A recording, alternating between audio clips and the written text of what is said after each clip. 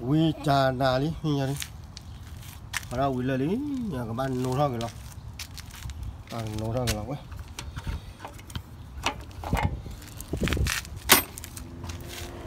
nó chỉ vào nó mò xô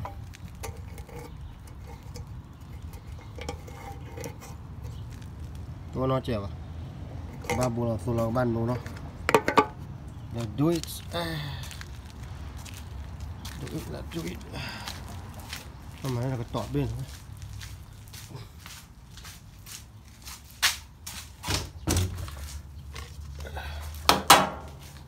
tọt bên thôi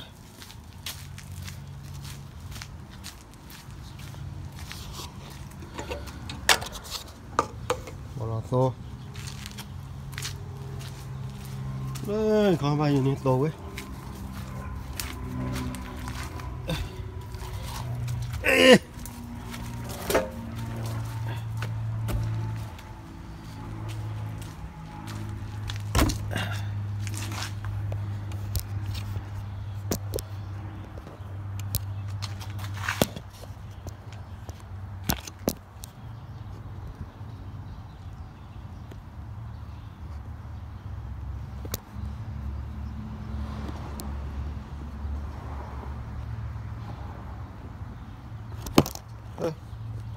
lọt to rồi to lắm đây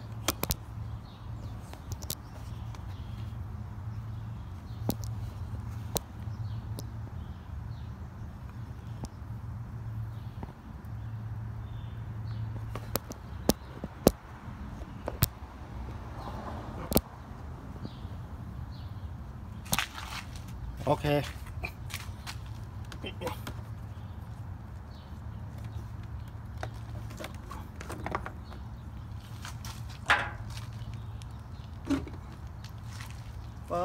la la la la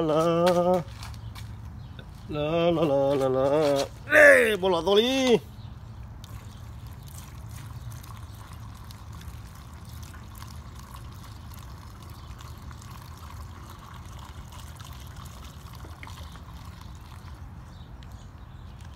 ba bỏ lọt cái này ba rồi nè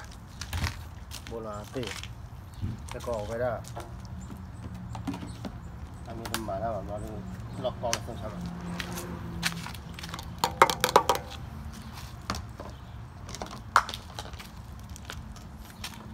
nó nữa ban nôn thôi nào ấy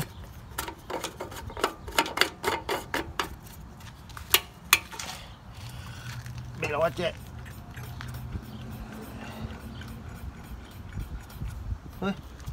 ôi xôn lửa nó trả lại rồi ta lui đi kia đâu mà nè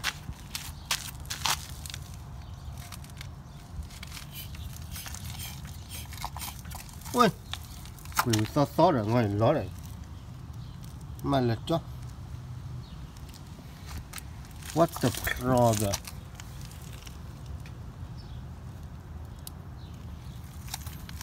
miếng lên nè có bác bua đi nào ấy chân đi rồi thôi giờ nó bắt lò mà ôi lò rui rồi